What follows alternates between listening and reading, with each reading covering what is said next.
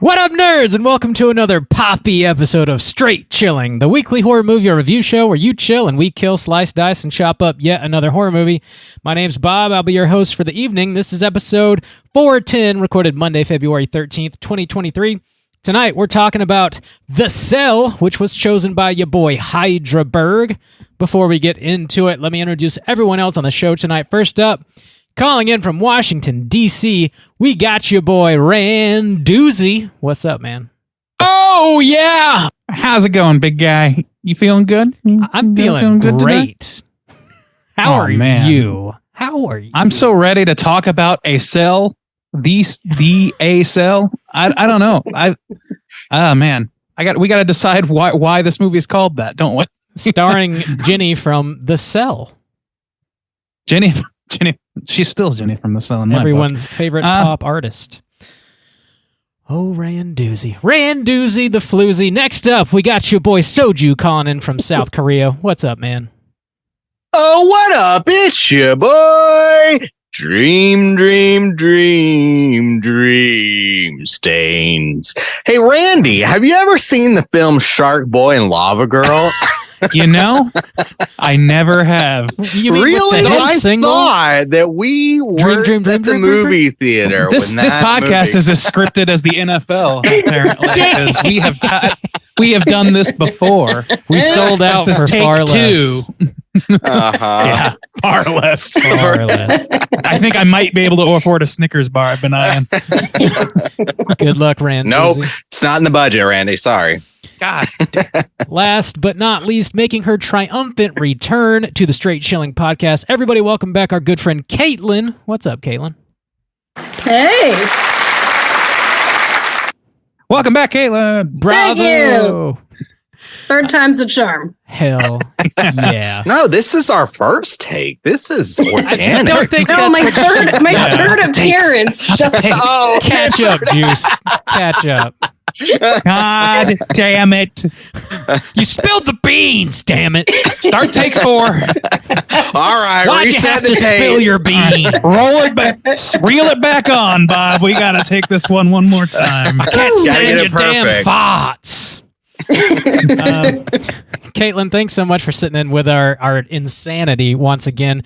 For new listeners, why don't you remind them where they can find your show, Plug It Up, at?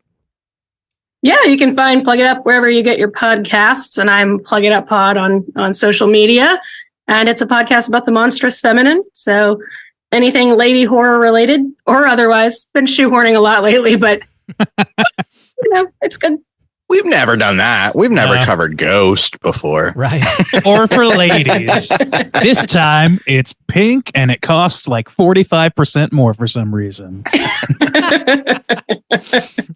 I need it now. Yeah, check out Plug It Up everywhere you get your podcasts. You will definitely not regret doing so. Before we get into the main event, let's tackle a little bit of housekeeping real quick. Our March poll is still posted over on our Patreon website. If you support us at the $5 level or above, you get the chance to vote on a movie we're talking about this March. The theme for March is It's a Scream, baby! And the movies to vote between are Scream 2, Scream 3, and Scream 4. Whoa, Bob, how are those numbers looking? Pretty good. Scream 2 is picking up some pace. Okay. It's neck and neck with Scream 3, and Scream 4 is still just stomping the shit out of everything. We still got a few weeks to go, though. Not a few weeks. That's not true. Well, a couple. Oh, personally, I got. We have 2.5 weeks to go. Just 2, like exactly 2. So yeah. Get your votes in before the end of February, and we'll see. Calendar Bob over here. What we're talking about. You're just making up time. It's not even a leap year, dog. Old what are you Gregorian doing? Bob. Descriptor Gregorian. Chant for us, motherfucker. That's my favorite blank Bob name. Gregorian Bob. That's way too highbrow for this podcast. Oh, shit. I thought you preferred Predator, Bob. Surprise, surprise. Oh, you never know what my Bob you're gonna mistake. get. Bob's like a box of chocolates. Get your votes in before the end of the month. We'll see what we're talking about this March. We got another mini cast dropping this Friday, February the 17th. You got your boy Randeezy talking about M3gan. Randy, is this your favorite movie of the year? Oh, man, you're just going to have to find out. I do not blow up my own spot. Thank you. Ooh, M3gan. It's up there. Stonewall Randy. Okay. All right. You can check that out over on Patreon. If you support us at the $10 level or above, you get access to a whole back catalog of over 90 mini-casts now, and we add to that every single month. Check it out. Speaking of Patreon, big shouts-outs to a brand new Patreon supporter. Oh, shit. I know. Big thanks to our boy Slytowski for signing up and showing us some love on Patreon. Every dollar you guys contribute goes right back into the show. We really do appreciate the support. And as is tradition around these here parts, we owe Slytowski the straight chilling salute. This one goes out to you, bud. Slap my ass. Slap my ass, my guy. Slap me in the ass. My guy. Good move, Sergio. It was a long multisyllabic name. Right in the ass. Real guttural. Guttural name. My guy. Dude, my dude, you. Buddy. You friend. Call me your buddy, pal. What else we got? Juice, you did a thing over on YouTube. What else is this podcast about? What are we doing? You were talking about Winnie the Pooh Mang or whatever. Yeah, I got a couple of YouTube things coming up. So already out by the time you're listening to this podcast, I did a spoiler-free review of Winnie the Pooh, Blood and Honey. This is a new film that came out. And I didn't want to spoil it for you, but it was kind of one of those movies where I could see people be like, really, should I take the time to watch this? I found it a little entertaining. It's kind of like a Terrifier mixed with Wrong Turn, but with Winnie the Pooh. Kind of. Sounds hot. Yeah. Yeah. So it's really ridiculous, really over the top, which I kind of prefer if you're going to do a Winnie the Pooh horror movie. Don't be subtle with Winnie the Pooh. I need this really grounded. They were going real subtle, lowbrow. A24. Hear about Winnie the Pooh having trouble at his job at the factory or whatever. I need to get in his psychodrama. So yeah, you could check that out and see my thoughts on that. Also coming out tomorrow, Thursday this week, in honor of Knock at the Cabin, I thought it was time to just kind of go through the ranks, and I have a countdown ranking of every single Shyamalan film. So, oh shit! Wow. Yeah. How deep underground does that list go? Dude, oh man. You spent some time in the dumpster on that one. Longer than I thought. You watched every single one of his movies? Well, so no, I mean, I had seen a majority of them. I'll talk about a couple of them I hadn't in what you've been watching. Okay, so gotcha. I did. And then a couple of them I hadn't seen in a while. I kind of did a refresher, but I did see the newest one that y'all covered last week. Okay. And then another one too that I had never seen. So, but yeah, all 15 films. I did 15 Shyamalan films countdown ranking. So yeah, that's coming out as well. And that is all my housekeeping. Sweet. All right. Over on Let's Get Physical Media, we're going to be dropping a brand new commentary for a movie called Victor Crowley on Tuesday the 21st, also known as Fat Tuesday. Check it out. Ooh. Shout out. Who you calling Tuesday, guy? Monday. I'm out of control. Check that out everywhere you get your podcast. Let's Get Physical Media. And finally, I just wanted to thank everybody that hung out this past Friday for the Joe Bob watch party we had. He did a double feature and married some folks. It was a Valentine's Day themed double feature. And it was all right. The movie choices were okay. But the hangout was really, really dope. So thank you. It was one of the more all right weddings I've ever seen. To be fair, I fell asleep before the actual wedding, so I could not stay up that late. Bob? It's You so fell asleep? It's so It goes late. It's hard. 11 p.m. Oh my god! On a Friday, it's like 3 o'clock in the morning, dude. It is tough. It goes so long. Yeah, So long. but yeah, thanks to everybody for hanging out for that. And I believe our house is clean. Yes, it is. This house is clean. All right, let's get into the main event. We are talking about The Cell, and we're kicking it off with the back of the box. What's on the back of the box? Now, Bob, if there's one thing that I know about The Cell, it's that when Blockbuster was being liquidated horrifically, there was probably 10 million copies of this DVD available for purchase for 3 cents a pop. How many of those do you own? I bought 69,000 copies. Oh, wow. That's only like $6-7. Yeah. Bob's entire blue room is just like 95% The Cell. I'm going to start mailing them out to our Patreon subscribers. Free Hey. copy in the mail, y'all. The Cell It's your tier. personal Jerry Maguire collection. It's the sought after Cell tier. Everybody wants it. Oh yeah. The Cell. This came out in the year 2000 with a runtime of 1 hour and 47 minutes. Directed by Tarsem Singh, written by Mark Protasevich. Ooh. Starring Jennifer Lopez, Vince Vaughn, Vincent D'Onofrio, some other folks. Plot synopsis brought to you by the back of the box is as follows.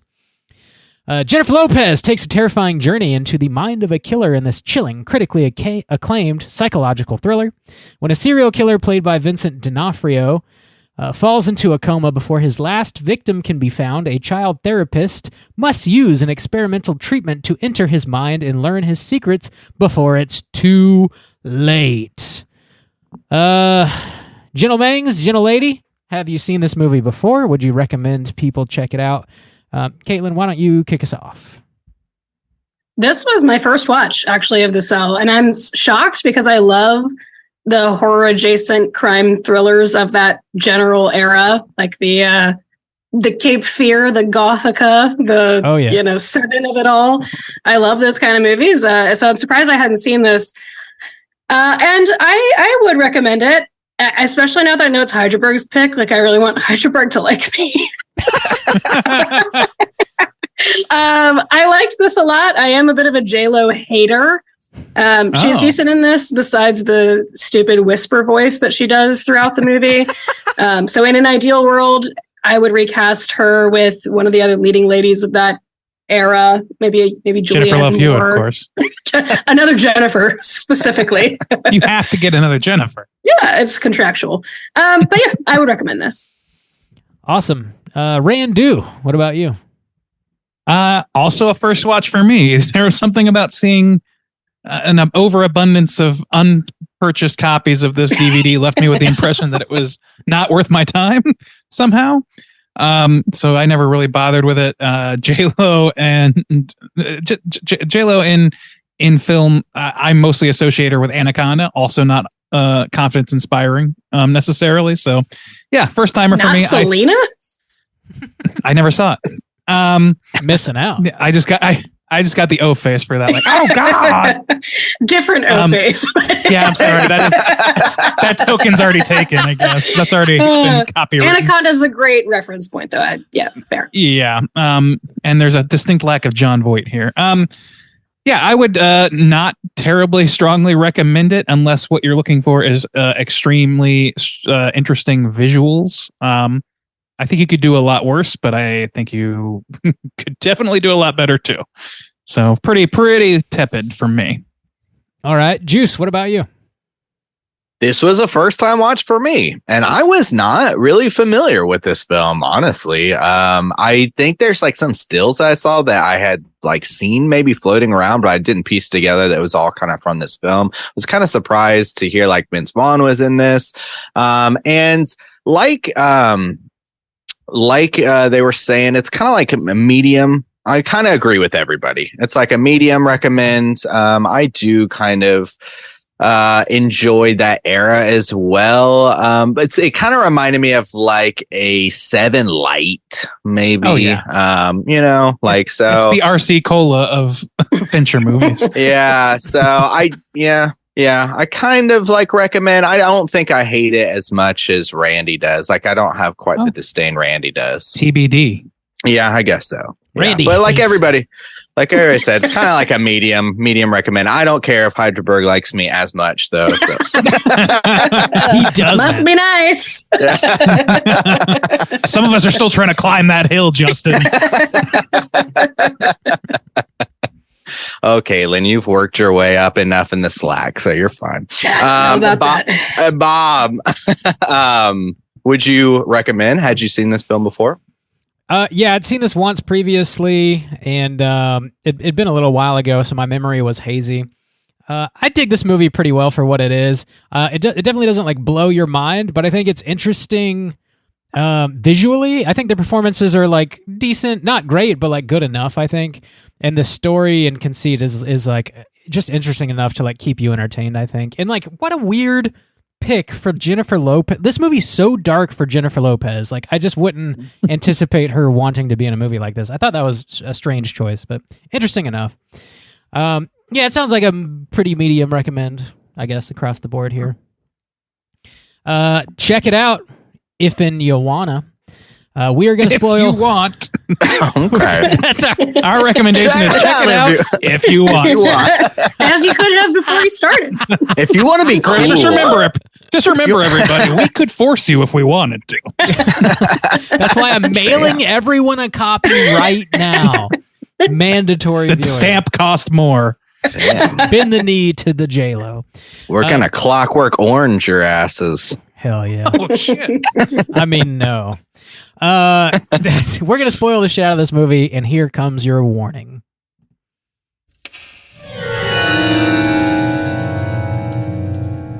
Spoiler warning.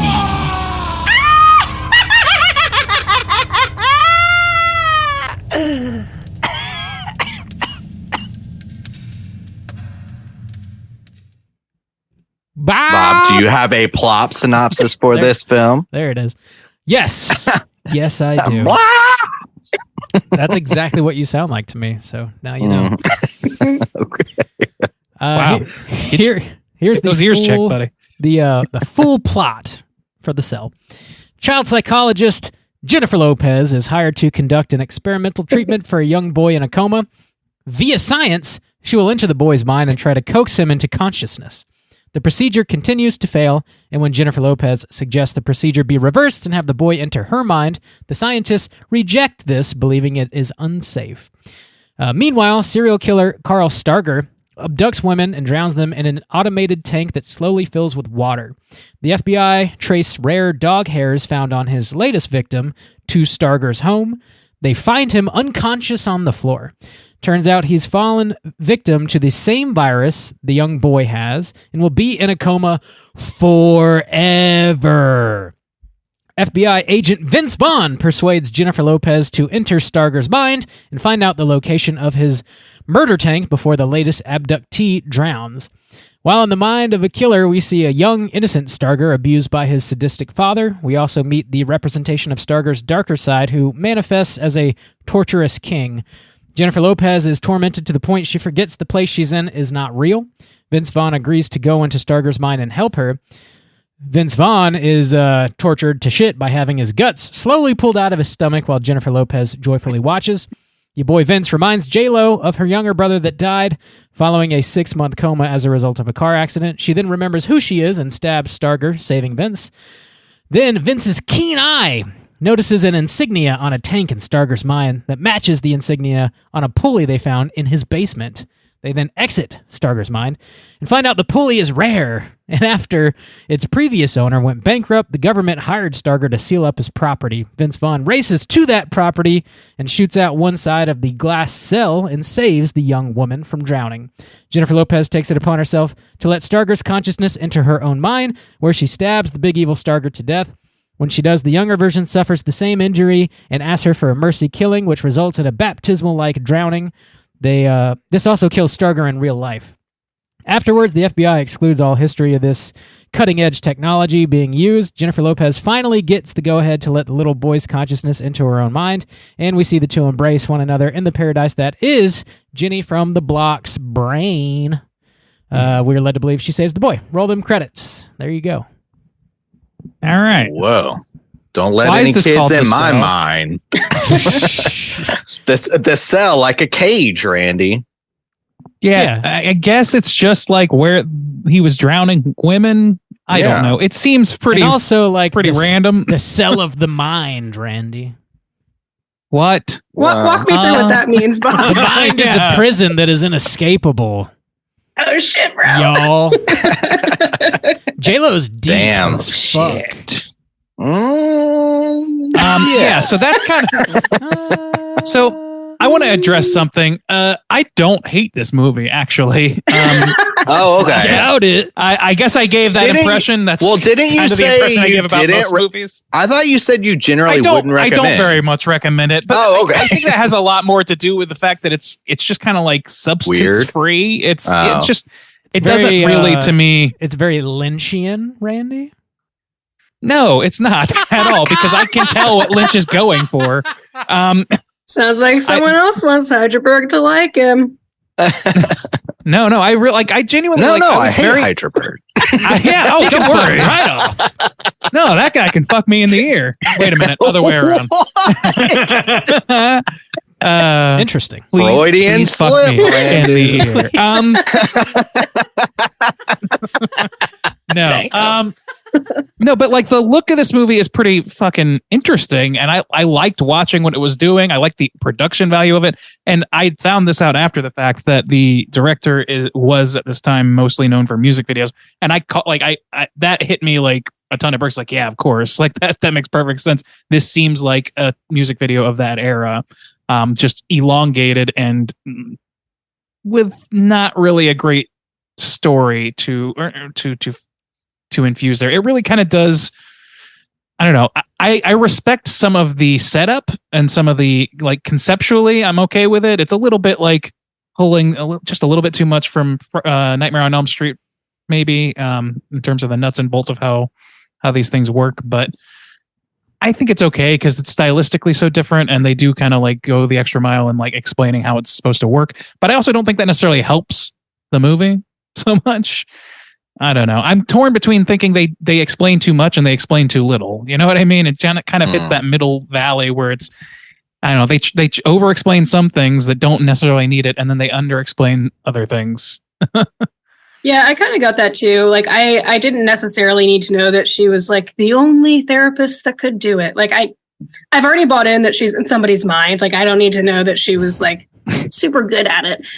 I think if they edited this down and it was an X-Files episode or a Black Mirror episode, it would be like a fan favorite episode of either of those franchises, because it would be so cool and so memorable for the surrealism and the set design and the costuming. But yeah, it could have benefited from a lot of editing. Well, what I found weird, I was okay with just the general premises and like, yeah, we're going to go in the mind, but they try to add this plot. It was an interesting take where, you know, they make the killer, this like disgusting human being, very kind of sympathetic in the way of showing his childhood.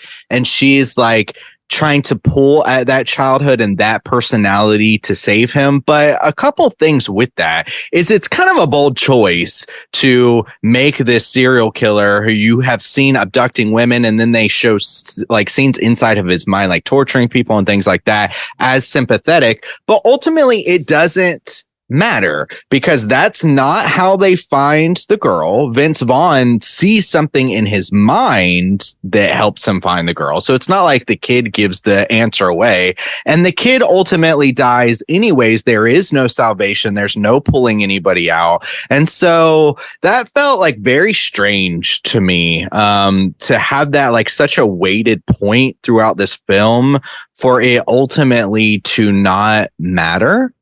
I guess it's a bit fruitless for sure. And that is like the main driving point of the movie, is like Jennifer Lopez is trying to befriend this boy so that he will kind of spill the beans as to where the women are being held. And she does seem to gain his trust to some degree, but it doesn't really amount to much of anything. I don't Mm-hmm. know. I do think like the lamest part of the movie for me was when Vince Vaughn just sees that little like symbol and is like, "Oh, I know exactly where they're at now," and then hauls ass. And it's like, like they're on a pulley. There was a symbol on a pulley that's in this dude's mind. It just felt like so loose and like it. I don't know, man. I don't know where that plot device came from, but it felt like really lame and hollow.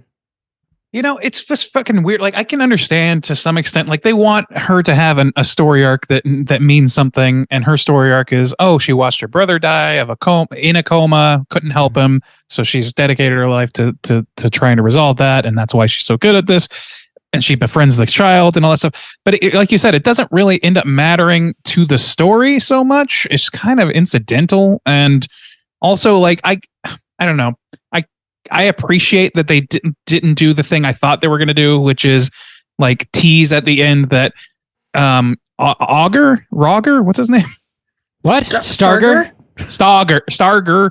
That Starger had somehow like infiltrated her mind and gave her like some sort of schizophrenic break of her own or whatever.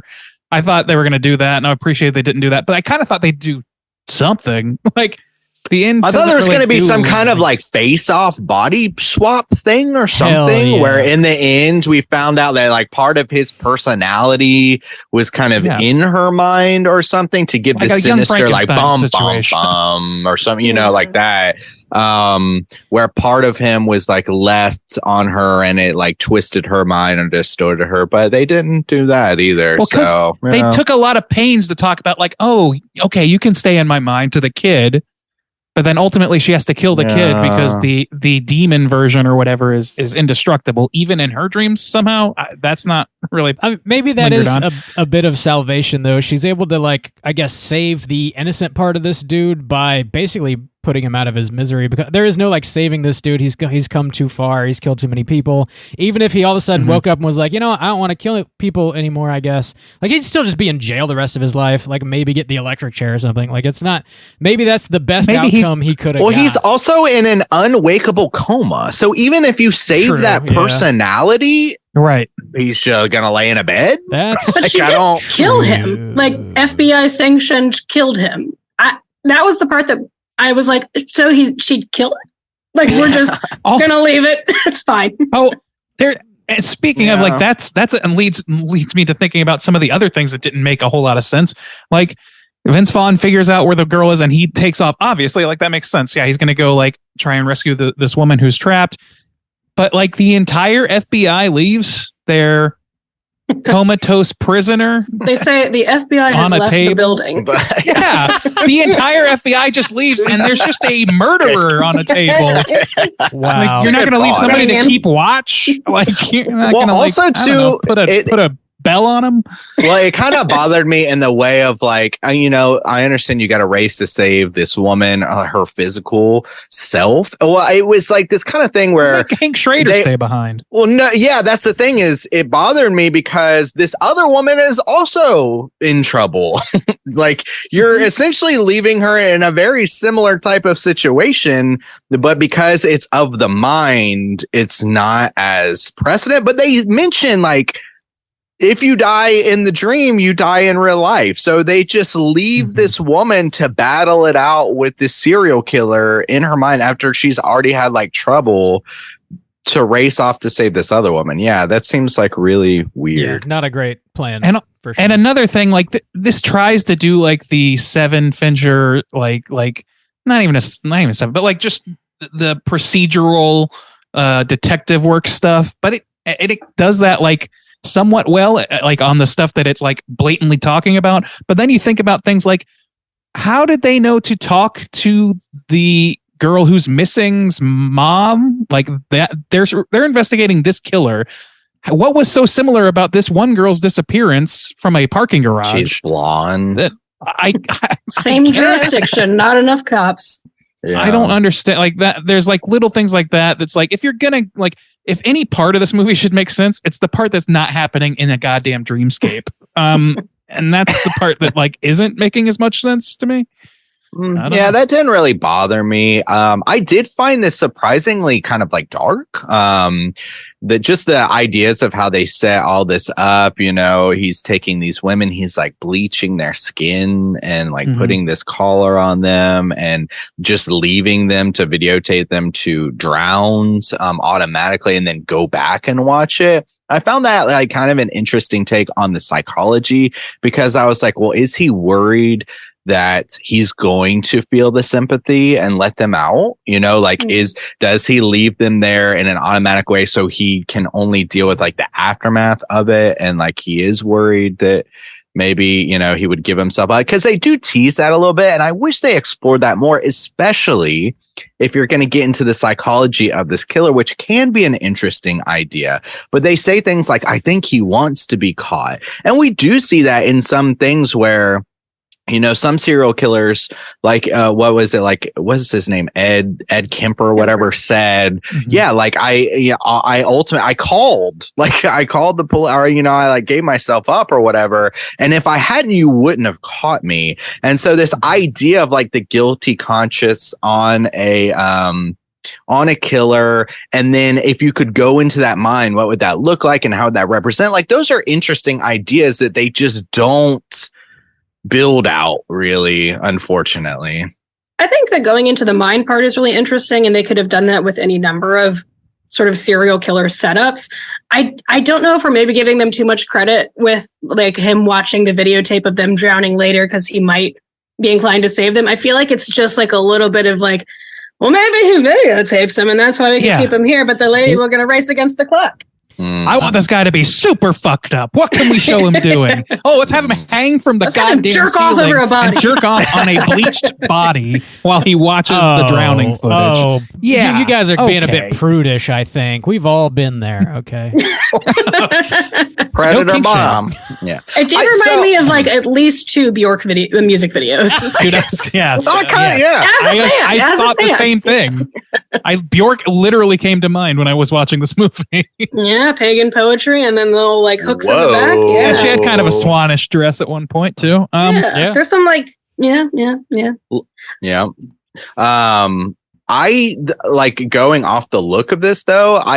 There was like, I like the visuals, but there was this kind of like this general sheen of this, or like the kind of color palette or whatever, like was really bothering me. Did it bother anybody else? In the like dream, the saturation, or like just out, like just a general version, but outside, like just when they're like standing around or talking, it had this very like almost the colors were looking like almost like pastel, like it was almost like the saturation was kind of taken out a little bit or something. I don't know. It didn't look good to me. It was kind of bothering. Well, they definitely hyper saturated the inside, and I was wondering if they did that on purpose to like really kind of stress that idea. And I think that's why it was bothering me, where I was like, ooh, this outside just looks like not normal.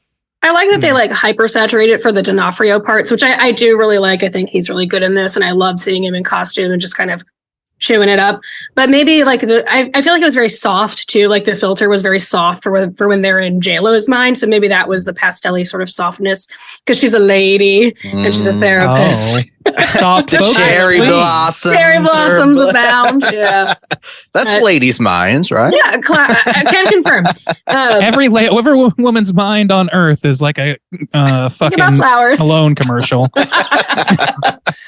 I do really like the surrealist look of this. I like surrealism, and I like that they're like literally in kind of a dreamscape. And I think the set design is really cool, and the costuming is the coolest part of the movie. Mm-hmm.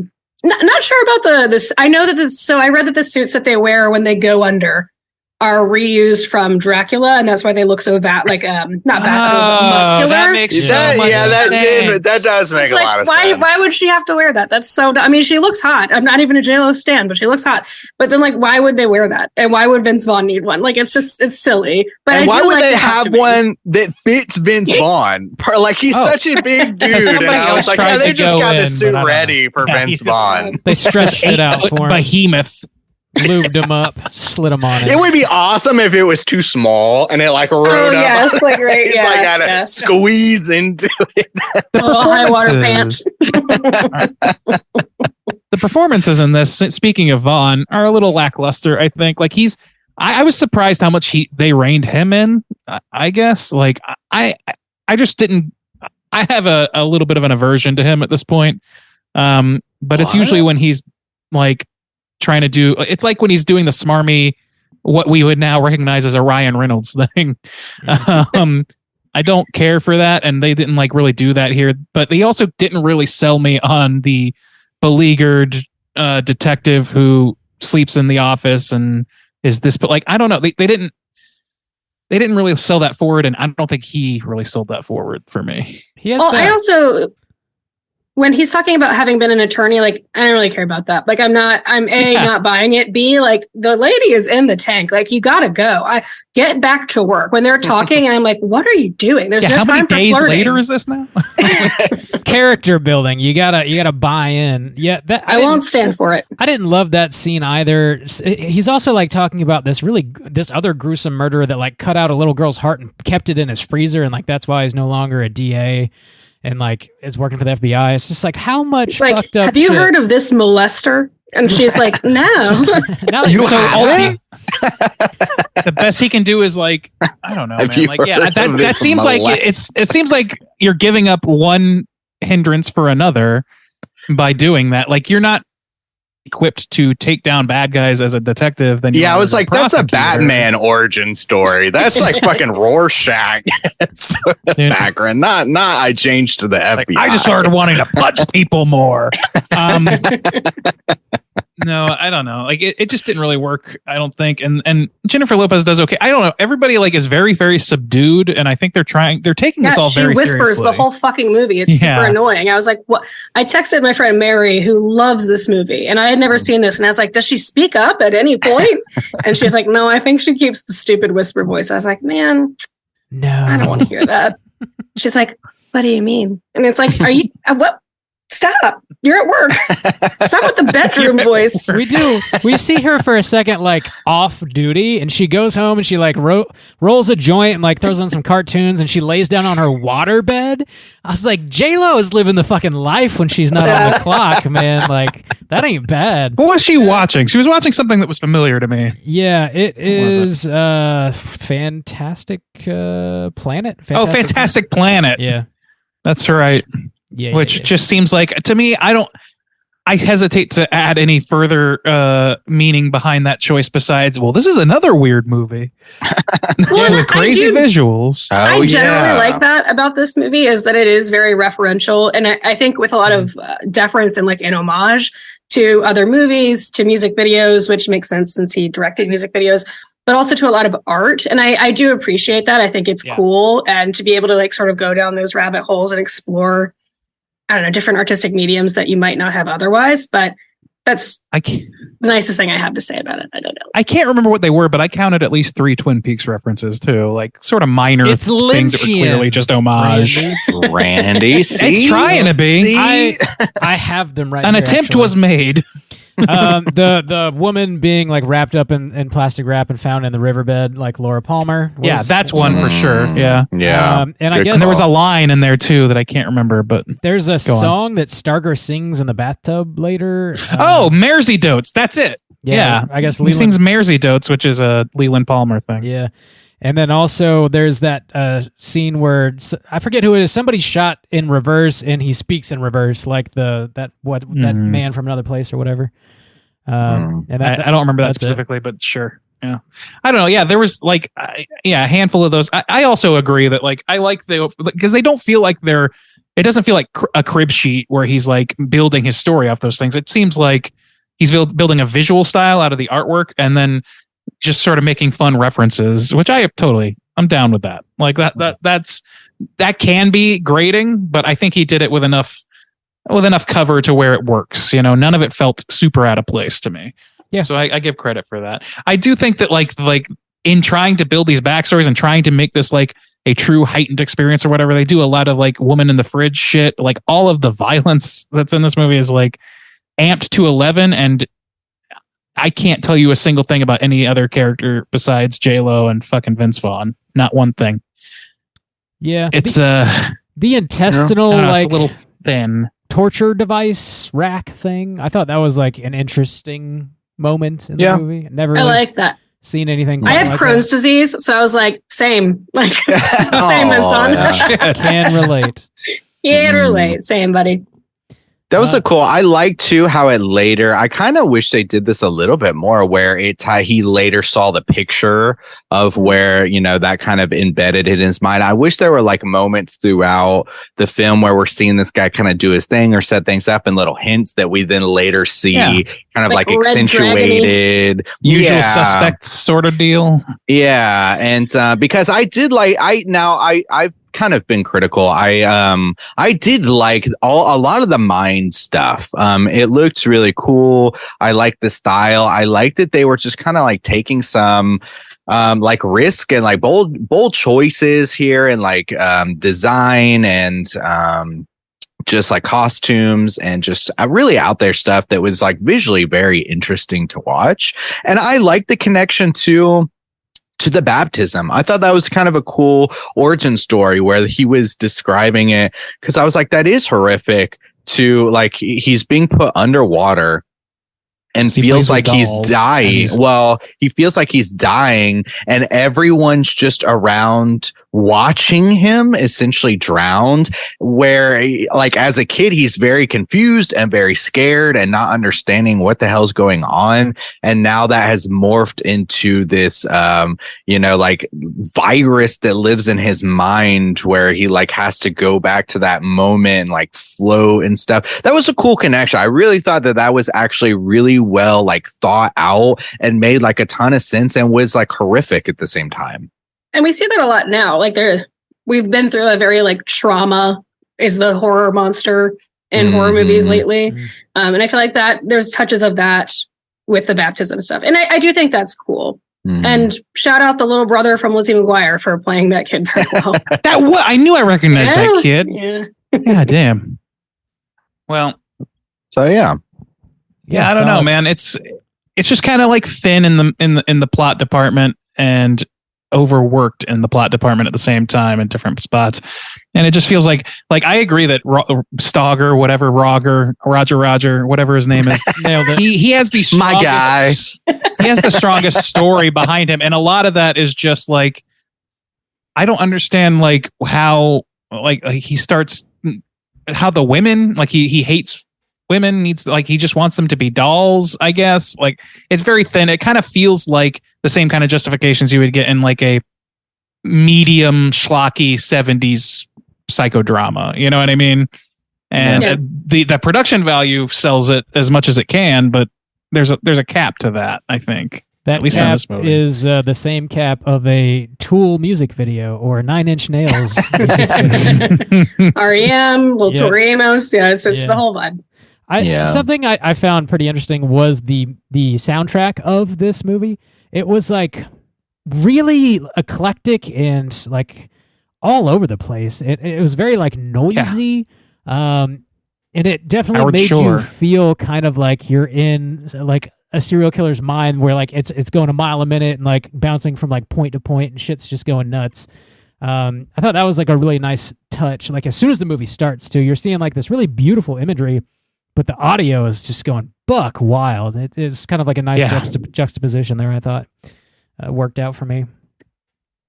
You know, I kind of thought, that was Howard Shore, by the way, who's like incredibly famous for his Lord of the Rings stuff, a lot of Cronenberg shit, including Crimes of the Future. I like that part. Like, I liked what he was doing. I could understand what he was trying to do as far as like, you know, setting tone or whatever, but I hated all that noise in the moment. I was like, please let this axe drop finally. Let it cut away and there be a smash cut, whatever's coming next. And that's what happened. So I don't know, just a small quibble there. I had something else I was going to say, but it'll come back to me. There's definitely some like H.R. Geiger influences as well as like the music video stuff happening. I think the idea of like having the horse all chopped up was cool, but man, that CGI does not hold up.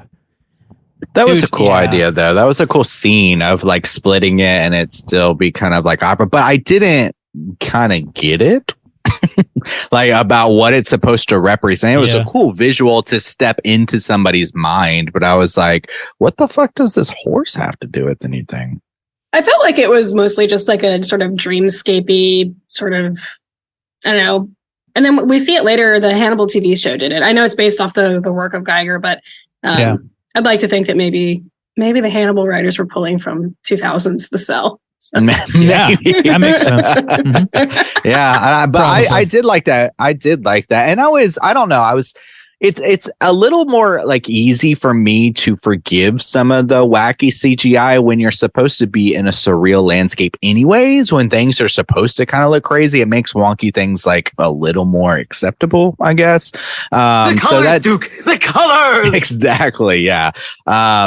But because it was a weird thing too. Actually, thinking about now, I'm wondering if it had something to do with the fact that Jennifer Lopez was going into his mind, and that was kind of like him teasing her. Because when she's in the kid's mind, there's also a horse situation involved too, where he offers her up a horse, and she's like, "Oh, thank you." And then as soon as she goes into this other guy's mind, he offers her up a horse, but then immediately destroys it. So that could. Yeah, I mean, I thought that too. There's no like nuts and bolts reason to think that necessarily, besides like from a screenwriting perspective, like it's a callback that you can make is like, oh, this is not the as your kid was. The original kid was in Leonard or whoever the kid was.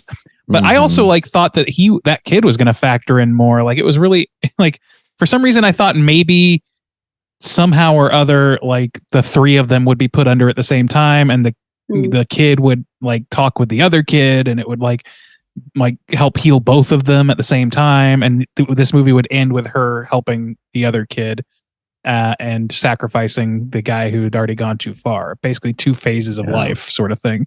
But they didn't really do that either, and I feel like this movie kind of sputtered to a stop because of that. There's just kind of like ends up being 2 distinctive threads that kind of cross at one point and then go off in their separate ways. And they just kind of wrap it up by having one scene where J-Lo and Vince Vaughn just talk for a second about like, oh, well, I think I'm going to go do this.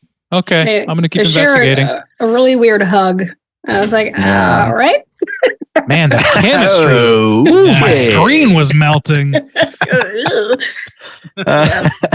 I just them as characters and their interaction as a relationship, or not a relationship, but just like their interactions, like who they're supposed to be as people, just didn't really.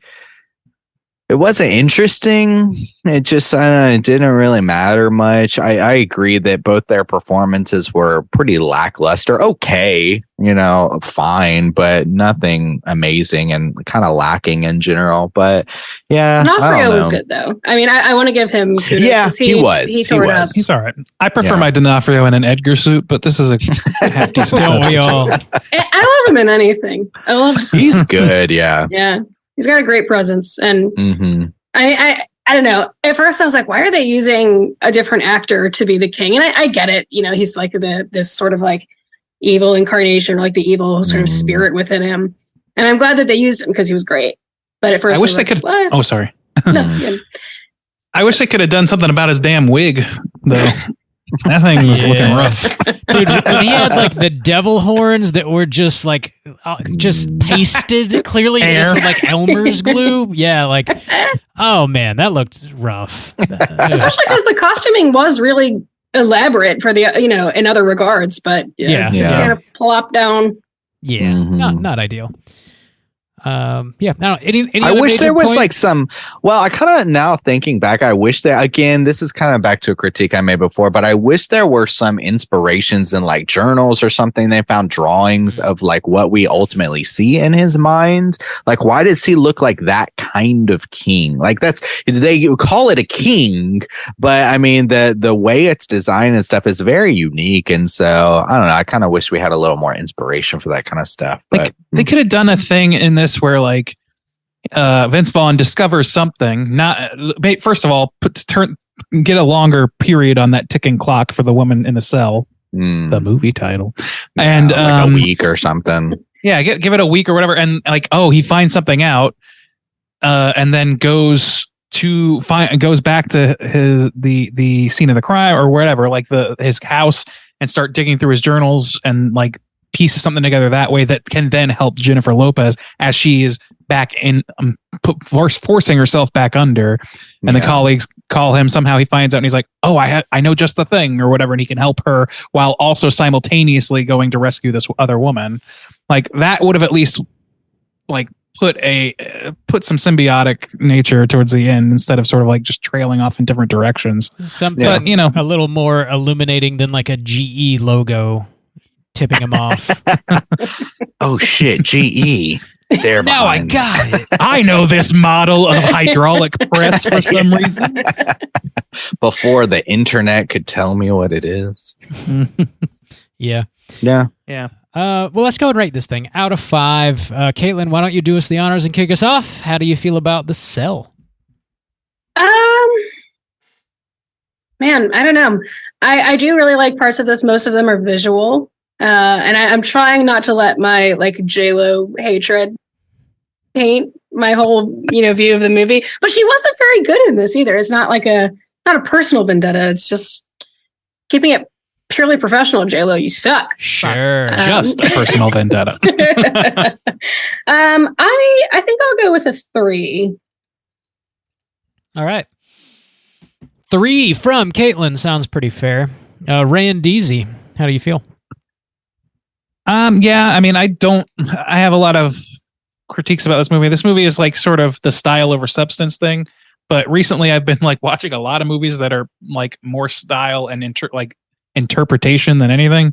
So I kind of feel like bad giving it that ding, except that it is trying to give the substance to. It's trying to tell you like what the story is. It's clear that they want an emotional weight to it, and they're going to great lengths to try and build that out of dead ladies' parts, essentially. But it just doesn't really work. The performances don't work. The backstories don't work for most part. And so, like, I think that what this movie ends up being is just like we were talking about earlier, like David Lynch. Like, I can watch Eraserhead and I know what I feel about it, and I also can understand the point of view of it. I don't know that I understand the point of view of this movie other than, wouldn't it be fucked up to go in a serial killer's brain? And like, I think that's kind of where it begins and ends. And the best parts about it are, like Caitlin said, all visual, which in fairness, some of that shit's really great. And I was down for it. Even the stuff that ends up kind of silly, it's justified within the text of the movie and in a good way. Like it's one of the reasons not Friday the 13th, Nightmare on Elm Street is one of my like preferred slashers, because it does those sort of like absurd high concept things. I like the premise, I guess. It's just kind of whiffs in a lot of other categories. So for me, I think it's about a 2.25. I'm gonna give it that. 2.25 from your boy Randeezy. Juice. Bomb? Oh, okay. Out of 5. You always have to go last. Out of 5, how did you feel about The Cell? Yeah, it's okay. It's a decent watch. I mean, it's like a 90-minute music video starring Jennifer Lopez and Vince Vaughn, and like a bunch of crazy visuals are going on and some crazy ass soundtracks happening. And you don't see a ton of D'Onofrio in like the real world, but I think the bit that you see him in, he's pretty damn scary, pretty horrific. Whenever you enter like the dream sequences, I think it's far less scary, but you got the visuals there to kind of carry you along. There's a couple like torture scenes. I mean, the guts being ripped out was definitely very memorable. Also, J-Lo rips off this like crazy huge like nipple clamp situation from the king's chest that looks like really fucking painful. I'm down with like just the general idea of like trying to go inside like a serial killer's mind and like try and save one of his victims. It's like, it's a cool conceit for a movie. They don't fully cash in on the idea, but overall, I definitely think it's a very serviceable movie. Some of the CG definitely is dated, but I think it's overall okay. I'm gonna land with a 3 out of 5 as well here. Juice, what about you? All right, I'm gonna echo Bob and Caitlin and say 3 as well. I agree that it sets up some good ideas. I wish some of the ideas of the kind of innocence of this killer were explored more in like a deeper kind of way, because that's interesting, an interesting path to take. I wish they had maybe added a little more dread or just something going on in the actual mind. I liked the visuals a lot. It was some cool ideas. I think the performances are mostly pretty stale. I didn't like the look of the outside scenes. The detective work kind of like fell a little flat and stuff like that. So mostly just kind of echoing what you guys said. It's like good in some places. The ending really fell flat for me. I think you could come up with like a ton of different endings that would at least leave it a little more ambiguous or interesting or dreadful. Like for instance, another thing we talked about, if the mind of the guy was imprinted on Jennifer Lopez, but also if she goes back into the mind of this kid who's in a coma, and like the serial killer lives that way and like goes home with his family, and like I don't know, there's just like a couple avenues you could take, because they didn't even really resolve the story of the first kid in the coma. She's like, I'm going to go back and see if I could work it out. Like, it kind of seems like maybe she died. I don't know. It just, the ending was not great to me, and that awkward ass hug, and it just, I don't know, it's weird. So yeah, but like the mind section's really what kind of like shine for me, the designs, the look, and just how that's all kind of pieced together. So I will also echo, a 3 out of 5. Right on. That's going to put our aggregate at a 2.8, and we do have a voicemail from your boy Hydraberg calling in with his thoughts on his own rating for The Cell. So let's hear what he's got to say. What's going on, fellas? It's your boy Hydraberg. I'm just calling in to drop a quick review for my Patreon pick this week, The Cell, starring Jenny from the Block, Vince Vaughn, and Vincent D'Onofrio. Yeah, it's a 2000s film. It's saw it in the theater, and I've just always loved the imagery of the film. It's not the deepest film. It's not the most well acted film, but overall, I do think it deals with some interesting themes of like nightmare logic or dreamscapes, and I don't know, like psyche and mental illness and things of that nature. And like the instrument to go into someone's dream or mind is it's super interesting. I like the way it's handled for the most part. Some of the CGI doesn't hold up 100%. For the most part, I think it's very good. The costume design and set design are fantastic. Vincent D'Onofrio is definitely the highlight, in my opinion. His character is just, when they're inside his mind, it's just so, he's just like so fucking evil looking. Kind of wish there was more of that. And his character on the outside definitely has some issues too. He's not like 100% like a total shithead. You could see kind of why he became the guy he is. He's definitely a cooter though. Anybody that hangs themselves upside down or up, flat over their body, their victim, and jerks off on them, that's just weird. Overall, J-Lo, she's not the best actress, obviously. I think she does a decent job with the role. I like Vince Vaughn in comedies. I don't necessarily like him when he's super serious. I think he kind of drops the ball in this one too. He's just not that, I don't know. It's like, I don't know. Some of his lines are cringy. Like the other detectives seem like they're actually detectives, and he just seems like an actor playing a detective. I don't know. Like the score is pretty good overall. I think it stands out mostly for its imagery, though. Like everybody remembers the poster art and some of the images from the commercials. I think, it's not the best movie, but I thought it might make an interesting conversation. And there are some definite elements of horror to it that I enjoy. Even if they remade it, it would be interesting to see what they do with it nowadays. But yeah, I mean, it is what it is. I hope it sparked somewhat of a good conversation though. And I hope you at least mentioned J-Lo's great ass at least once. Other than that, just thanks for reviewing it, and just keep chilling later. Wait, did he give his number score? Did I miss it? He forgot to say it in the voicemail, but he hit me up and said he gave it a 2.5 out of 5. Oh, okay. All right. So cool. there you go. You know, I'm so that's an interesting relieved. idea. Yeah.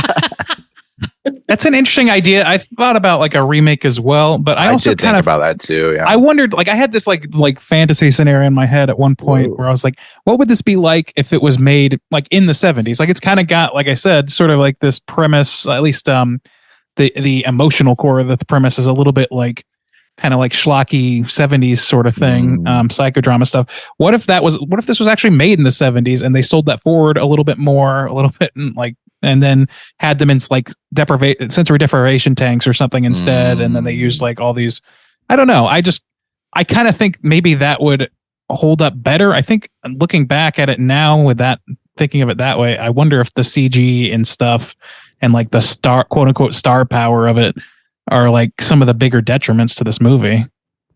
And what if David Lynch directed it? It would be better. Probably, yeah. Maybe. Probably. Yeah, thanks for picking this week's Flick Heidelberg. We really do appreciate it. Thanks for dropping. Yeah, thanks to Heidelberg. Shouts out. I still don't think that Heidelberg has ever been defeated in the You Pick the Flick. I think anytime that man wants a You Pick the Flick, he gets a You Pick the Flick. So shouts outs to him. He's pretty good, man. He's quick with the draw. Yeah. He taught somebody else how to get one too. I think Naderade was it? He like went through the Heidelberg core. He's going to start charging Slack members for the how-to. If he starts the how-to guide. Dude, people are going to end up paying like $500 for a piece, and still we're getting 25. Still, yeah. God damn. That's capitalism, baby. That That's what it is. aftermarket straight chilling you picks are going for those brokers. We're just going to have to start charging $500 then, you know? I'll finally get Raw. Yeah, it's retired. No, we'll never cover it on the well, yeah, let's go ahead and jump into our Rotten Tomatoes segment and see what the critics and users think about The Cell. Certified. All right, ladies and gentlemen, this is the Rotten Tomatoes segment. For those uninitiated, this is a segment in which I'm going to have these folks guess within the best of their abilities what the critics and users' aggregate positive scores are on RottenTomatoes.com. We're going to start, as we always do, with the critic score. There's 164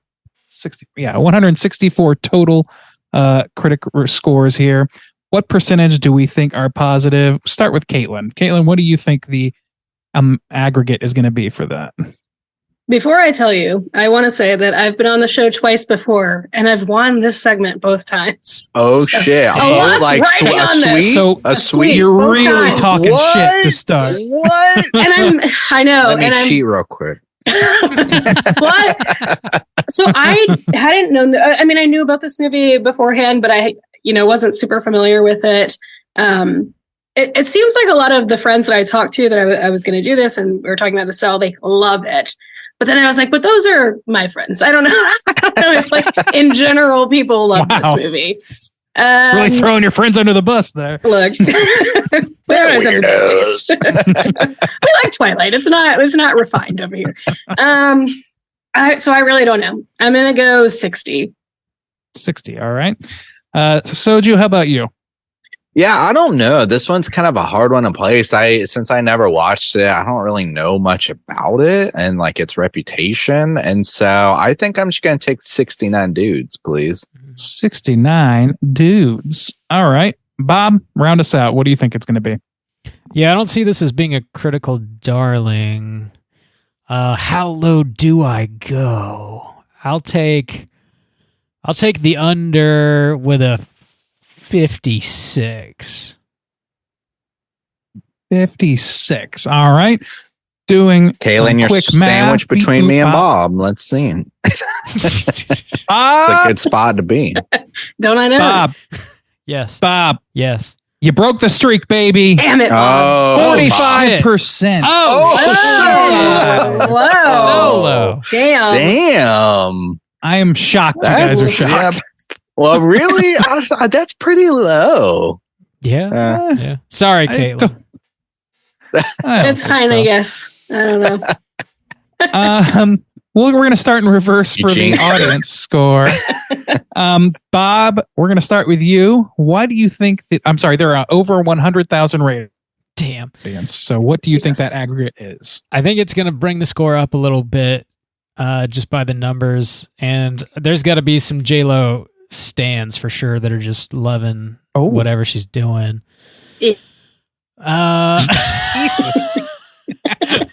Maybe the haters will balance it out. They'll just cancel each other out, actually. We often do. So yeah, I'll take a 62. Let's get crazy. 62. What are you, out of your mind? Yes. Juice, we're going to go back to you. What do you think? I feel like that's a pretty good guess. I don't know. For some reason, I want this movie to be rated kind of higher. I think I'll double down on my 69 dudes. I think the viewers will kind of like this more than critics. All right. And Caitlin, round us out. See if you can get Redemption Song here. Oh, God. I'm going to stick with 60 just because I don't know. All right. Bob. Yes. This has nothing to do with you. Caitlin, congratulations. 57%. Yeah. Oh, shit. You cut Rob off at the knees for this one in retribution. My knees. Damn it. Take that, Bob. The critics' consensus. I'd love to see Bob lose. What a healthy friendship we have. It's not a friendship if you're not rooting for them to just eat shit a little bit. Bob. I just want you to eat a little shit. What's wrong with that? Just a little bit. Bob, that's just my... on little it just gets me excited to watch you eat a little shit. I want you to nibble on some little pieces of shit. Whoa, Bob, you're taking it too Look at far. my nipples. Yeah, nibble on that shit. Oh, yeah. A little slower, though. A little slower. Yeah. The critics' consensus. Save that for Freaky Friday, Bob. That's for the OnlyFans. The critics' consensus reads as follows. The Cell offers disturbing, stunning eye candy, but its visual pleasures are no match for a confused storyline that undermines the movie's inventive aesthetic. I don't think that's too far off, to be honest. Yeah. Any qualms with that? No. Yeah. And as we, Yeah, keep Solid. rolling. Yeah. keep rolling. All right, as we always do, we're going to read some negative reviews and hope that they are humorous because they tend to be sometimes. Here's one. Ultimately, the reliance on a dream world tends to reduce suspense and even narrative logic. Thus, everything is possible and nothing is necessary. I don't know if I agree with that. Yeah. There's plenty of movies that use dream worlds much better than this one. So, and dream logic and so on. I don't know. That's not funny. It's just okay. Oh my God. That needs to be a new soundbite. Like we need to add it to the soundboard. Like David Lynch. Randy's talking about art. Wank, wank, wank, wank, wank. Dumb. Fucking loser. Put on the new Fast movie. Fast X. Here's another random negative review. The Cell is pretty silly, but I admired its cinematic ambition until the final scenes. That's fine. God damn it. Why is nobody funny about this movie? It would be so easy to be funny about this movie, you would think. Here's a user review, 1 star. Too confusing and boring to care much about. All right. Oh, you tried. You tried, Randy. I gave it 3 shots. Yeah. That is okay. All right. That's the end of Rotten Maters. All right. I got a little more trivia. Let's hit that up real quick. It's totally time for trivia. So apparently your boy Vincent D'Onofrio admitted that his wife refused to sleep with him in the same bed for 2 weeks after seeing his performance in this movie. Ooh. Weak. Okay. Wow. You think it's because of this movie, Vincent?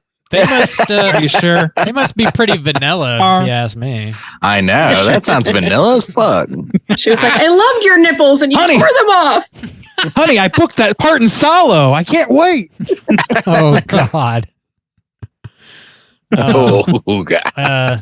Speaking of fucked up shit in this movie, the scene where he jerks off on the corpse was cut from the original release of the movie, and then it was put back in on the 2015 US Blu-ray release.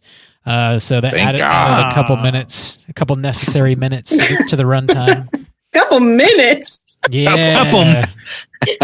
Damn. He's a motherfucking minute man, and you know it.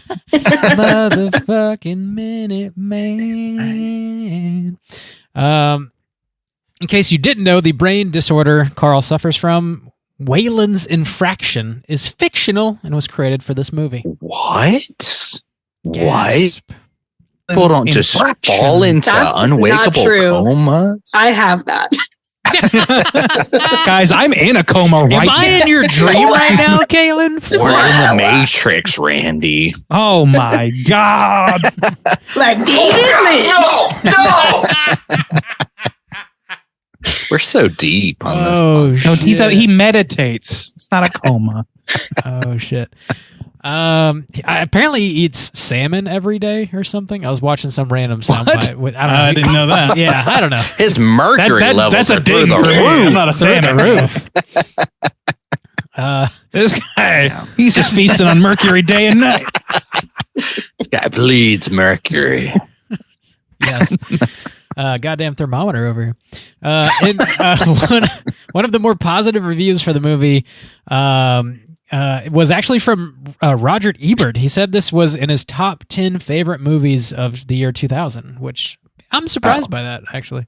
I would love I to don't see know what else is on came that. out in 2000. Yeah, 99 was a big year, but 2000, I Dracula don't know. 2000 came out, which Well, did Almost it actually famous come out Wonder in that year? Boys. I don't know. Probably. Ethic. Probably not. I don't don't know. think it High is. Fidelity, I don't know. Pollock.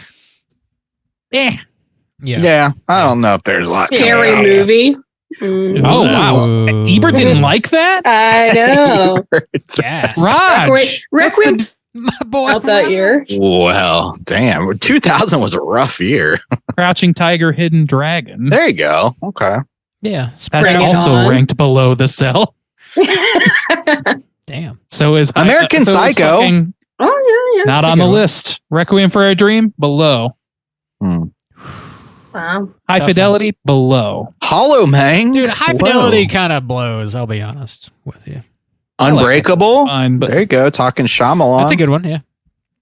I got a Wait, little no, more a little more trivia unless you want to Trivet. keep Yeah, naming yeah. movies. Nope. let's keep naming movies. The torture device pulling out Vincent's guts, that was a real thing. The small intestine, I guess, was separated from the bottom of the stomach with a hook and attached to a crank. Slowly the crank would turn, pulling out the intestine from the gut inch by inch, and you would pull out, I guess, somewhere between 9 to 18 feet worth of intestines, generally, is what you would expect to see. So, sounds That's fucked up. like fun. This was nominated for an Academy Award for Best Makeup. So, bam. Finally, That makes sense. there was a sequel released direct to DVD on June 16th, 2009. The story centers on The Cusp, which is a serial killer who murders his victims and then brings them back to life over and over again until they beg to die. Anybody seen Okay. that? What is it called? I don't actually know what it's called. Well, it says the story centers on a murderer called The Cusp. Maybe it's called The Cusp. Maybe it's called The Cell 2. The Cell Deuce. I don't know. Hmm. Not included in the trivia that I have, so it's. I will look it up. All right. There is a movie called The Cell 2 from 2009. There you go. Yeah, it's direct to video sequel to the 2000 film The Cell. So it's just called The Cell Deuce. The Cell Deuce. You heard it here, folks. Mhm. I'll be mailing one of those out to everybody too. It does not have good. It does not have good reviews. Get out of What? town. What? I know. I Not at know. I know. Does it star Britney Spears or something? No. I'm not- Did they skip it's the- got did a they bunch skip of on the people albino dog? that I've Come on. never. I don't recognize their names. How shocking. Amy Walden. I don't know. Yeah. All right. That's all the trivia I got. Let's go Dagger ahead. and Post. Let's go ahead and jump into Cooter of the week. Straight chill Cooter of the week!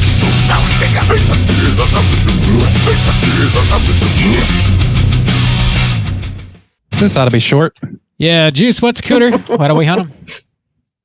Ho! Cooter's character type and a straight chillin' exclusive. Shouts out Turn to into Michael Nicole. Jackson for a second. Shouts outs to Nicole for filling in so well for me last week. The 5 points of Cooterdom, or Cooter's character type and a straight chillin' exclusive. Did I say that? Yeah. Oh, we got to get Nicole back. Oh my God. Yeah. Oh my God, you've been Cooter replaced. really Usurped. Cooter has to hit 3 of these 5 points to be considered a Cooter, but we want the Cooter with the most points. The 5 points of Cooterdom are, Caitlin's going to tell us. Caitlin, on blast. Go. Oh no! Oh God! Just throw you under the bus. No. R, sexual deviance, manipulation, smug arrogance, overall look and attire, and overall patheticness. Do we have? Yeah. Do we have a patheticness? Do we have a? I knew it. I said it before you. I said it before. I knew it the whole time. Do we have a Cooter in the cell? Yes, we do. Oh, yeah, I think probably so. Yes. All right, let's talk about my guy. What's his name? Frog Stogger Burger. Yeah. My God. Yeah. Egger. That guy. Egger. The Egger soup. So sexual deviance, check.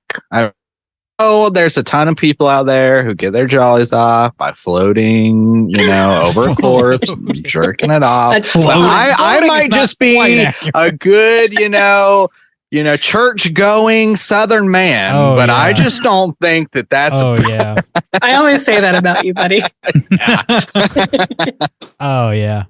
I just don't think that's appropriate. Sweet tea gets me going, not these corpses. Appropriate to do these sorts of things at your place of business. It's just uncouth. Take it home, okay? HR's gonna hear about this. So yeah, sexual deviance, check. Manipulation. Well, he doesn't. So if he were tricking these women into his car or something, but he really just kind of But he just well, okay, he uses the dog. He trained the dog. He uses the for dog. Purposes That's of right. Kidnapping. I forgot about that. I thought he was just going up behind him in the garage and just capturing he kind of does, but he uses that as a distraction. He does use the dog, though. He at least manipulates his dog. Well, I mean, manipulation isn't just lying to people. It's also he's manipulating a scenario. Yeah, I was serious. All right, so check. Rob. Arrogance, smug arrogance. He makes himself a king, and he's a little bit of a god form. Yeah, I think so. I think maybe that's a sign. Of arrogance. Check. Overall look and attire. We got some crazy costumes going on in here. Which one are we gonna knock him for overall look and attire? What are we thinking? Nipple clamp costume. That's kind of cool clamps. Whoa. Shaman, okay. The Omer's blue devil horns. Yeah, the horns. Yeah. The blue devil horns. Yeah. Okay. I'm Satan. Wow. Yeah, that's fine. Okay, Party City. That's fine. Party City. Mr. Badass over here, the devil. It reminds me of that King of the Hill episode where Bobby hangs out with a bunch of dorks who are in a coven. Oh God, yeah. I love that. And they won't drink the dog's blood. Oh my God. Coven of Artemis. And overall pathetic. What pathetic moment do we have in this movie? Where he jerks off of her. Yeah, I guess where. Yeah, you can't just jerk off. His whole like existence a is normal pretty guy. pathetic. It's Yeah. How often are you you get going real to hear? heteronormative on me now? Huh? How often are you going to hear someone chuckle as I say when he jerks off on the corpse? Hey, you never know. Often, on this podcast probably. daily. Listen, I'm researching necrophilia for Plug It Up right now, and I was like, oh no, I'm searching this shit. Whoa, Like, damn! That's can I get on a list? Oh my God. Yeah, that's intense. So yes, I think he hits all 5 points. Hey, got him. we got him. Your boy We got him. D'Onofrio. And we didn't need to know what kind of fucking equipment he's on to do it. Yes. So yeah, let's go ahead and let our hair down, kick our feet up, talk about what we've been watching this week.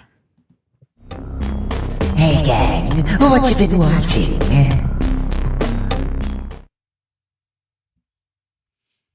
Caitlin, why don't you kick us off? What you been watching?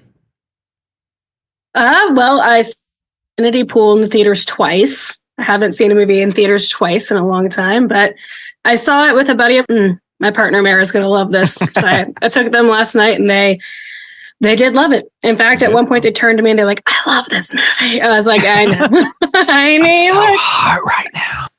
And I was like, "Ew." Just I watched Tar. I haven't kept up with Academy Award stuff, but I did watch that and I didn't like it very much. I don't know. Oh. I didn't like it. I mean, the look of Blanchett in a tailored suit, I was like, I want to pull that off. But yeah, it didn't land for me. Randy. On Plug It Up this week, I'm recording on Contracted from 2013. So I watched Contracted and Contracted Phase 2. If any of y'all remember that one. You know, zombie I didn't know there was a STD phase movie. 2. Never seen it. They're both on Tubi. Okay. I like Contracted decently. Watched Ready or Not recently, also for podcast purposes. Rewatched Rec 3. Wedding. I've watched it before, but I started Don't Worry, Darling before we started recording, and I'll have to finish it up. I'm going to be podcasting on that one next week. So, all right. Wait, don't worry. Oh yeah, that was the one that came out last year. Yeah. Yeah. Yeah, not great. The one that seems to be seems to be widely discarded and mostly known for the backstage drama. And just awful dialogue. Just like the worst dialogue. Oh, really? Watch it now on HBO. Yeah. Endorsed. Awesome. That's a solid ass list of shit. Ray and Deezy, what you been watching? Well, when I said that I been watching some weird shit recently, I was not kidding. Here we go. Outwaters, the small release that it has, streaming release is forthcoming. I'm going to reserve comment on that because I have an intention to do a ode soon. So keep an ear out for that, patrons. Next, I also got to rewatch Possession. It's the first time in a long time I got to watch. This is actually the first time I've rewatched Possession. I've only seen it the one time. And man, I forgot how the performances are so up to 11 the entire fucking movie. Man, that I really like that movie, but it has to be taken in its totality to really appreciate it, I think. I was watching with Beck. Beck was like, I don't know how to feel about this movie. It's it's overacting, but I'm kind of fascinated anyway. Something like that. That's the one from the 80s, right? 81. Yeah, Sam Neill Isabella. G Baby covered it too. So it came up recently, which is what made me want to see it. Yeah, it's on Shudder. It's the first time it's been streaming in a while, I think. Okay. And then I also got to watch I watched the second episode of Junji Ito's Maniac, which I think I liked a little bit better, but it was like a 2 segment as opposed to just one long segment. It was 2 15-minute episodes basically. And I definitely did not like the second one as much, but the first one that hit me felt like a true Junji Ito story to me. It wasn't quite so humorous as the first episode was. There wasn't quite as much humor infusion, which is fine, but it just wasn't what I was hoping for. And then the second part of that episode was a little bit just kind of dumb, fun, but kind of dumb. I'm gonna keep watching it though. I think it's entertaining regardless. Animation for what it is, not world class, and certainly not as high end as what they're trying to pull off on Adult Swim with Uzumaki. But come out, who knows? It's been delayed 3 years or so. Let's see. I also watched Joe Bob Briggs' first feature, The Phantom of the Mall, Eric's first time watch for me, and I quite liked it. I thought it was dumb in all the right ways. Sherman Oaks Mall was a welcome revisit. I enjoyed it quite a lot. I also started, but I have not finished, a called In Search of All-American Massacre, a Texas Chainsaw Massacre sequel that never was, basically, or was filmed and is now lost media in some capacity. What? Filmed featuring when? Chop Top Mosley. Filmed, I want to say early 90s, late 80s, something like that. It was somehow or other. So it was after 2 was filmed. Let me look that up. I don't want to misspeak. Okay. But it was like they had a website for it and everything with clips and shit like that, and it was on Flash, and now it's just gone, and it just never came out. And I haven't gotten to the end, so I don't know what the status is. Maybe it's not lost anymore. It was actually 2000. It says here. Oh shit! So I got my dates all fucked up. Anyway, probably not good then. Probably not. Okay, I'm less excited now. it didn't instill a lot of faith for me watching it, especially because it's more of a direct sequel to Texas Chainsaw 2, which I know that this podcast has a few mixed feelings on. Yeah, so that's that. I'm gonna finish that up too. Also got the new Game Boy service on the Switch that they released this week, so I got to play Mario Land 2 for the first time, and that was very fun for about 2 hours, which is all it takes to finish. And then I started a Zelda game, which I've never played before, and I'm a big Zelda dork. Minish Cap is available on a Game Boy Advance, and I have never gotten to play that one. I was a big fan of all the other Capcom Zelda games, and that one is shaping up to be about the same. So those, and then of course the big game, and that's it for me. Awesome. Juice, what you been watching? Oh, so many things, my guy, because I missed a week and I had a 15-hour plane ride. So I watched The Woman King. Thought that was pretty solid. Liked it pretty good. I watched Black Panther Wakanda Forever, finally. That was okay. All Quiet on the Western Front, finally finished. Super bleak, but quality. Winnie the Pooh, Blood and Honey. That was mildly entertaining and a little ridiculous over the top.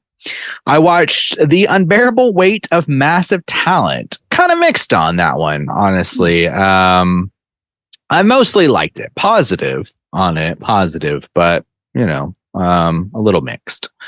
Watched The Hunt for Red October for the first time. That movie is very boring and fascinating at the same time. Yeah, so I have no nostalgia value to it or whatever. I was just curious. I was like, oh shit, I've never seen this. I think it is hilarious that it's what Tim Curry and what's the James Bond, what's that dude's name? Daniel Craig? No, Sean Connery. Goddamn. Sean Connery are the lead Russians, people with the most and Sam Neill, Sean Connery, and Tim Curry are the lead Russian people. Wow. That shit was hilarious to me. So there's a lot of strong accents already in that mix. Yeah. Makes it way better. Exactly. So Kubo and the Two Strings, I had never seen that before. It was wonderful. Rules. Yeah. I watched The Phantom Thread. Which was long and pretty good. And then also watched Licorice Pizza. So I knocked out two, Paul Thomas Anderson films. Licorice Pizza was kind of weird because it's about this 25-year-old woman who dates a 15-year-old boy in the 70s. So I guess that's okay. Don't like that. It was kind of weird. I was like, is this really the premise? And it was. I watched The Fifth Element because that is an upcoming Creature Comforts that I'll be filming very soon with the very special guest. It's been a while since I've seen that movie. It's wild. And that's all for now. I'll save some for next week so I don't have to go through so many more things. But yeah, so busy couple weeks for Soju. Robert, what you been watching, my guy? Oh, hey. I rewatched X, and it's still great. I really love that movie. I also watched, I rewatched a movie called Becky. It just got a new release. It had been a while since I'd seen it. I forgot just how gory that is. If you're unfamiliar with the movie, it's basically about this family. They're on a vacation, and this random group of neo-Nazis sort of come upon them in their cabin. And this little girl is sort of left to fend for herself, and she starts taking these guys out. And it's extremely gory. They're making Isn't Kevin James in it? Kevin James is the head Nazi in the movie. It's a weird role for him. Yeah. Yeah. Wow, very weird. He does a good job too. He plays it very straight. He's got a full on swastika tattoo on his head. It's It's pretty nuts, but he does a good job. Lulu Wilson's the little girl, and she does a great job. She really kind of carries the movie, and I guess they're making a sequel to it. I don't know. I haven't checked the cast on that. I don't know if Lulu's coming back or if they're going to have like a different family or something. I don't know, but being that the movie is called Becky, I feel like they would have to have Becky back, right? It's good, though. I recommend checking it out if you haven't seen that. I also watched From Dark to Bleak or From Bleak to Dark. I forget. Mark Maron's new stand-up thing on HBO, whatever the title is. He's got a new hour-long stand-up special that just dropped last weekend. And it's good. It's very good. It's definitely not like bust-a-gut funny. His stuff rarely is bust-a-gut funny to me. Yeah. It's more, I guess, interesting. And generally the shit that he was saying was like, oh, yeah, this is pretty spot on and pretty dark. So it's properly named. But I enjoyed that. Maron. Yeah, I enjoyed that quite a bit. It's probably my favorite stand-up bit that he's done so far. Like Randy, I also watched The Outwaters.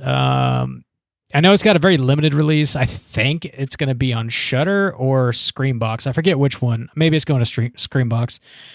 So it'll be widely available soon, and yeah, we're going to get a mini cast going on that one. Interesting found footage movie. Wild shit for sure.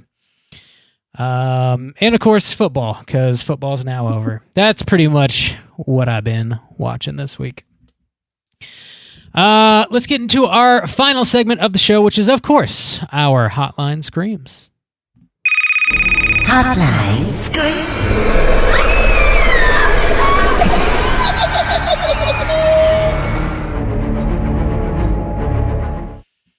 If you are listening and would like to call in and leave a voicemail to be featured on next week's show, hit us up at 904-638-3231.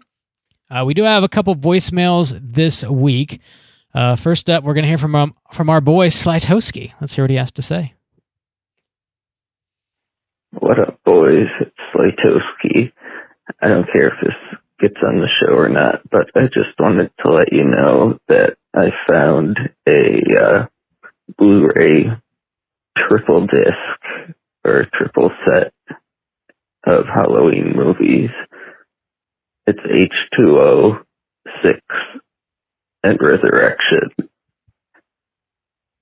Also, I've been overdosing on Halloween recently and going from seeing original in 2018 to everything but Rob Zombie 2 and 3. So that's kind of fucked up to be ingesting all of that at once. And I'm about to subject myself to Rob Zombie 2 as well. But just wanted to let you know. And I'm so sad that I spent $6 renting Halloween Ends on Amazon when apparently it's coming to Prime or something February 14th. That was one of the worst movies I've seen, period. Goodbye. Damn, what's really fucked up is you're watching Halloween movies, dude. We got a long way to go, my guy. For October. I don't want to tease myself way too early. Yeah, it's February, I guess now. But yeah, there's 6 weeks left in February, Justin. We covered it, right? Halfway there. It's a leap year. We got 5 more months until spooky season, my guy. You got a while to go. The 5th of July, then you can dust off all those Halloween movies. Then it's time to get into Halloween. Yeah, I'm sorry you paid $6 to watch Halloween Ends too. Yeah, that should be free for everybody. That's unfortunate. That's free. That should be in the trash. Yeah, you should get credit for watching it. Like it adds to your Amazon account. Yeah, it pays you. It should pay my rent for a month, is what it should do. Yeah. Yeah, dude, that's a lot of shit, man. My hat's off to you for slamming all those movies. Rob Zombie's Halloween 2, I would much prefer to watch that than Halloween Ends personally, but I know that's everybody shits on that movie as well. Randy's thinking about it. I don't think I can agree. Yeah, I think I might still go with Halloween Ends. Wow. All right. The aesthetic is just not for me. Anyway, that's not Yeah. conversation we need to have right now. That's it. Yeah. Not yet. We've done it. We'll have Not it yet. again later. We've done them all. We've spent so many hours We've done them talking all. about all of Wait these till fucking July movies. 5th. We'll do it again. 20-hour Oh, episode. That's a threat. That is a threat. Yeah. All right. Thanks for calling, Slytowski. And thanks for being so goddamn hard with us this week. Join Patreon, join Slack. You're all up in the straight chillin' biz. We love to have you. Next up, we're gonna hear from our boy Jack. Let's hear what he's got to say.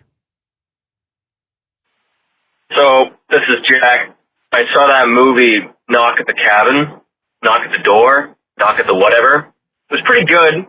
Can't really complain. Here's the problem. My girlfriend said she read the book, and the book takes place in New Hampshire, which is great. I live there. And, we don't get a lot of representation. And for some fucking reason, M. Night Shyamalan was like, no. And he decided to set it in Pennsylvania.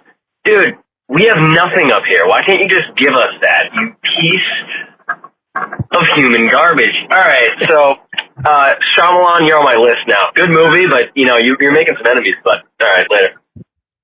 Damn, that sounded like a clip from my upcoming Shyamalan ranking. My upcoming one-man show. You Shyamalan say no. Justin's just screaming at his computer for an hour. I can't wait. I forgot to Yeah. mention that I did watch Knock at the Cabin as well. What you've been watching? Yeah. Well, there's a reason he sets all of his films in or around Philadelphia. It's his thing. So, I mean, I guess except for Old, I haven't seen that one, but presumably that not. one's definitely like on an island. It's on the beaches of Philadelphia. An island off the coast of Philadelphia. You just see fucking Frank Reynolds driving a ferry boat by. started blasting. I start blasting. It's just a trash barge. I wouldn't be surprised. Like some of the shit that he's done, I'd be like, yeah, okay, sure. There's an island over there. I believe it. I'll roll with it. Why not? Why But the yeah, fuck not? New Hampshire could use some love. The last time I love. saw New Hampshire highlighted in a series or anything was in Breaking Bad for like an episode. So Yeah, I feel like anytime Virginia is represented, they're like, we're in Quantico. We're in the FBI, and then it's in it's DC. Quantico Like, or it's like somebody's like fucking redneck ass basement. or yeah, some like shit. a yeehaw place. Except, like I said on Slack, Donnie Darko set in my suburb of Richmond. I live Nobody in a ever- yeehaw Most place. famous yeehaw place of all. Nobody ever films anything in Florida, so Totally. That's true. we are very underrepresented. Totally. Pro wrestling does sometimes. The AE dubs. Yeah, for sure. Thanks for calling, Jack. Honestly, I think there's more problems with that movie than what you've highlighted, but I'm glad you liked it for the most part. Anyways, hope you're doing well. Again, if you guys want to call in and leave a voicemail for next week's show, hit us up at 904-638-3231. Do you guys have any prompts you want to throw out there for next week?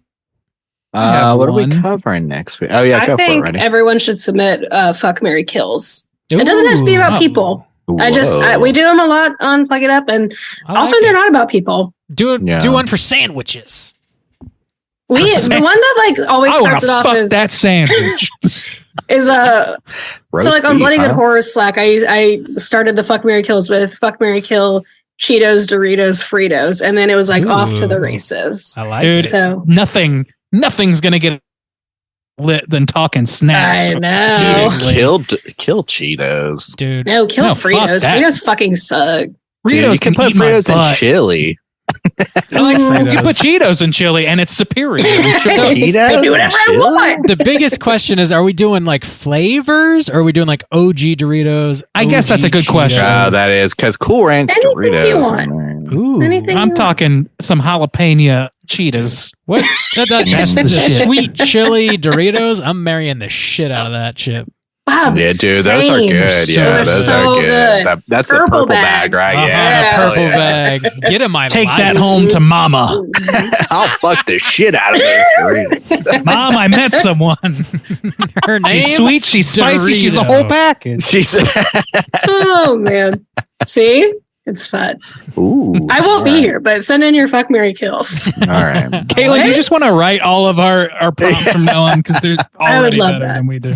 Please I'll do. call in with a fuck, Mary kill. I'll think of one. Jeez. Okay. You're our Sweet. prompt correspondent now. Sweet. Prompt correspondent in the field. Of Yeehaw Town, USA. Hey. Awesome. Caitlin, thanks again for sitting in with us. It's a pleasure, as always. Do you want to remind everybody where they can find your show? Yeah, you can find Plug It Up wherever you get your podcasts, and you can hit me up at Plug It Up Pod on Instagram and Twitter. And thank you for having me on. It's always a blast. Hell yeah. Absolutely. 'Tis our pleasure, for sure. Yes. We're going to be back with a new episode next week. As always, we're going to be talking about the winner of the February poll, which was Slumber Party Massacre, the OG Slumber Party Massacre. Slam that into your eyeballs. Get ready for next week's show. Until then, you can rate, review, and subscribe to us on iTunes. You can follow us on Twitter at str8_chilling. On Instagram, it's Straight Chilling Podcast. And an email to straightchillingpodcast@gmail.com. And if you want to join in on our daily Slack channel conversations, just hit us up on one of our social media outlets, and I'll send you a link so you can do so. And until next week, as always, you mother truckers, please keep chilling. Like David Lynch.